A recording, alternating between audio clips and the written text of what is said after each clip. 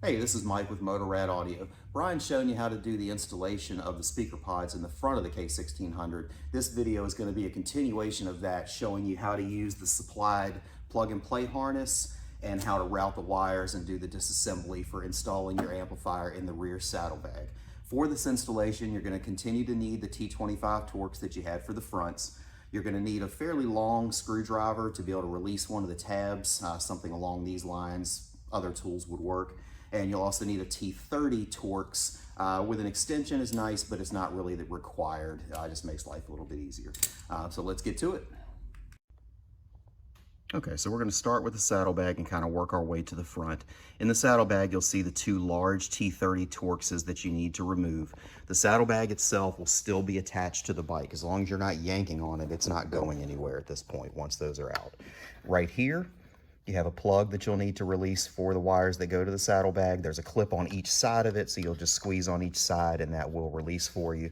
And then down in here, kind of to the right of that plug there, you'll see this plastic, kind of skinny plastic piece. That is a tab that's still holding the saddlebag on itself. You'll push down on that with a screwdriver and that will release the bag so you can take it the rest of the way off.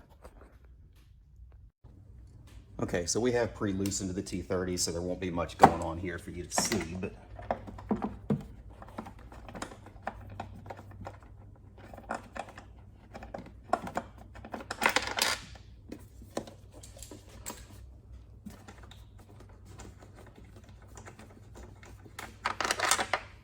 once those are out, just set those to the side, pop up here and release your plug.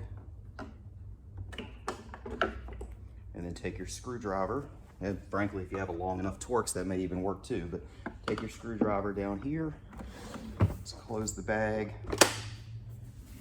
push down on that clip, you'll hear a pop, and that releases the bag itself. There's some hooks right here that are hooked over the bar down there. That's what's actually holding the majority of the bag on. Once you have this off, we have that large grommet that we sent you. You'll be drilling a hole right in this area to be able to route that grommet and the wiring and everything through. So it comes kind of to the side of your tab, but gives you good clearance when you're putting everything back together. We're not going to do that process right now because we're not, it's our test bike, so we're doing all kinds of different installation videos off of it. We're not sure what we're going to actually leave in here permanently. So I'll move on to that grommet here in just a second.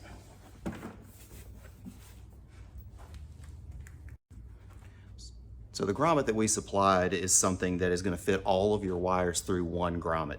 The key there is going to be to feed your actual signal wires through it first. So there is enough room to feed one plug through, then the other plug through, and then you'll be able to feed your 8-gauge power and ground individually through here as well. If you were to run the 8-gauge power and ground through, you'd probably have a hard time getting these plugs to go through. So that's the order of operations you want to do. I'm going to show you where to feed the wires through a couple panels here. We're actually working from the back to the front. The larger plugs that come with it for the speaker pods are not something you'd be able to route through most of these pieces. So we're going to route these through the couple difficult areas, and then the rest of it will go through pretty smoothly from there. Okay, so we're going to cover the rest of the disassembly here before actually doing any of the routing of the wires. There are 4 Torxes right down here that hold this piece down. You'll just either need to loosen those a whole bunch or just take them out. You just need a little bit of wiggle room to this entire bracket assembly. You'll need to remove this Torx here and this Torx here.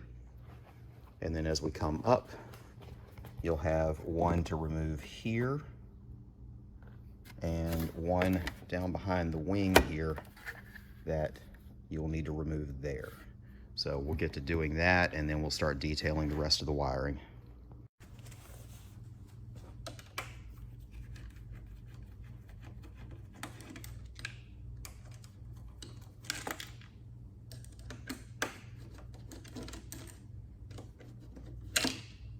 So now this has a little bit of wiggle to it.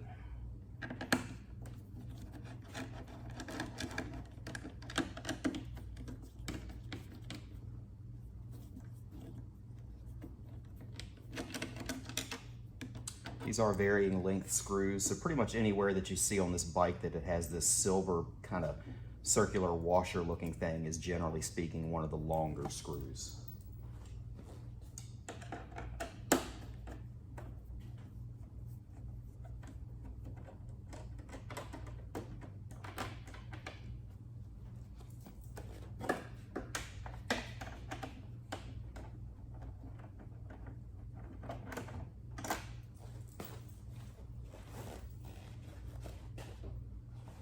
Okay, so now that we have these screws out, you'll want to pop this black panel up here. It's all snapped in at that point. Remove that. It does have your AM antenna mounted in it, so you will need to unplug the AM antenna plug to remove the panel the rest of the way. Okay, so routing of the wires to get to the bag itself, you're going to take your two plugs that are your input and your output, and you're going to have to run those up underneath this beam here, and then there will be a hollow channel going up through this way that you'll be pulling the wires through. When you're doing that, definitely be careful. These are labeled for input and output. The input and output is ridiculously critical, because if you actually have them plugged in backwards, there's a solid chance you may burn up this. So you definitely want to pay attention to that and make sure you can keep those tags intact or label them some other way if you're yanking it through there and they seem to come off.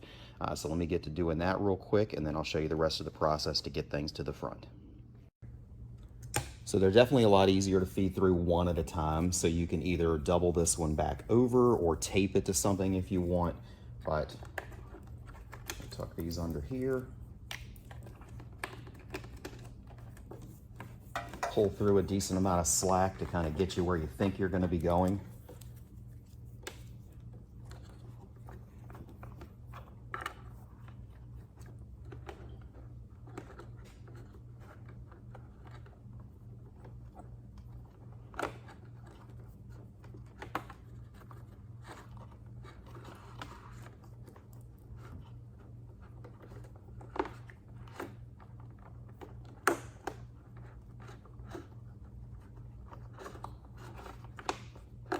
Okay, so we have those through.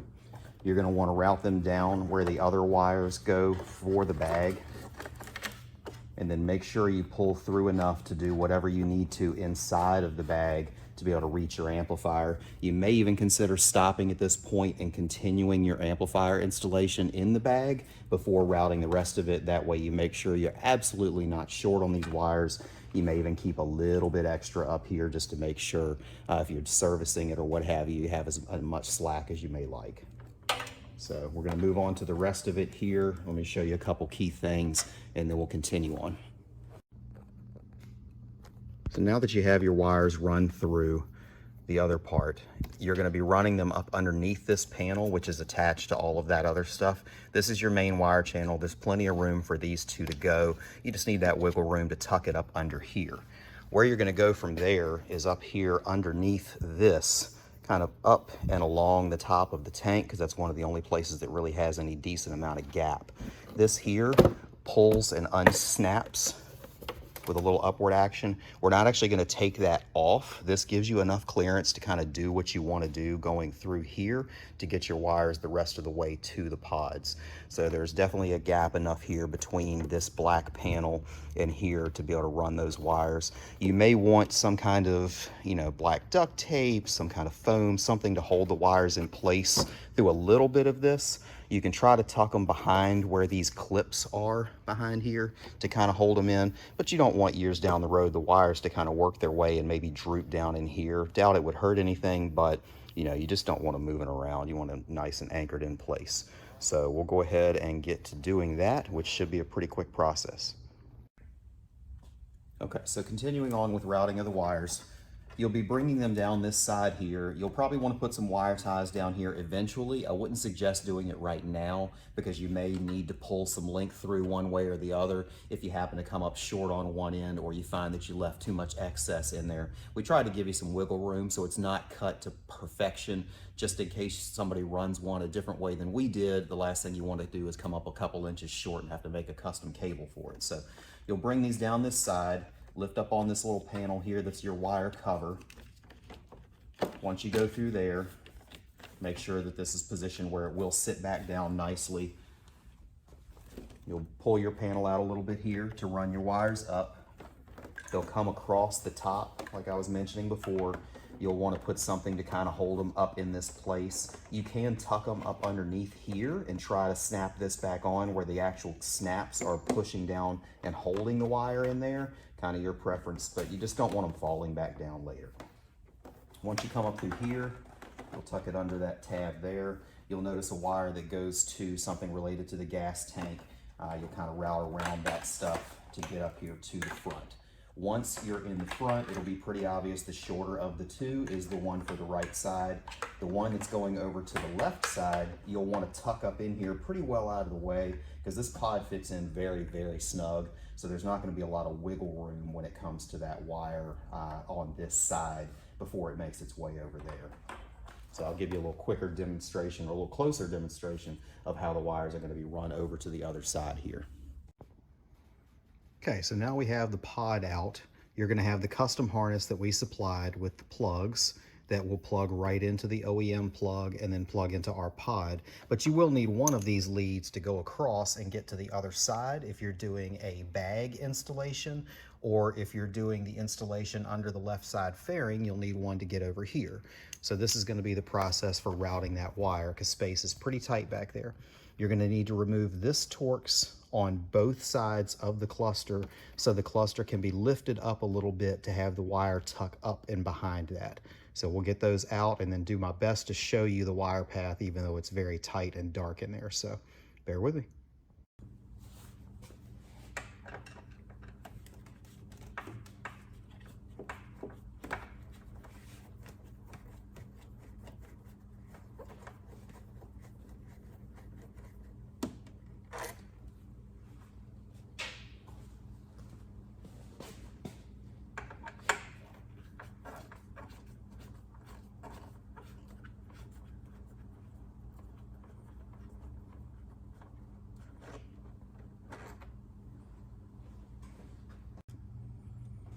Okay, so what you're trying to do is bring your wires behind this panel here and bring them all the way up to this height. If you leave them down here, there's a chance they may droop down into the steering assembly here, which obviously would be a very bad thing.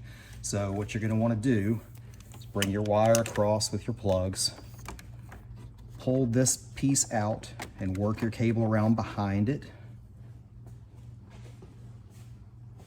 Same thing on the other side, bring it around, and then I'll try to give you a vantage point from the side of where you're trying to bring the cable up.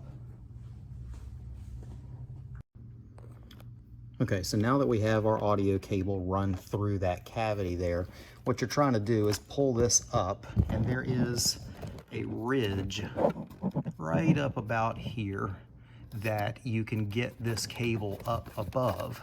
And if you bring it up there on both sides and then screw this part back down, it puts just enough pressure to isolate it up to the top to where it can't go back down past that ridge, and you don't have to worry about that cable falling down and creating any issues for you down the road.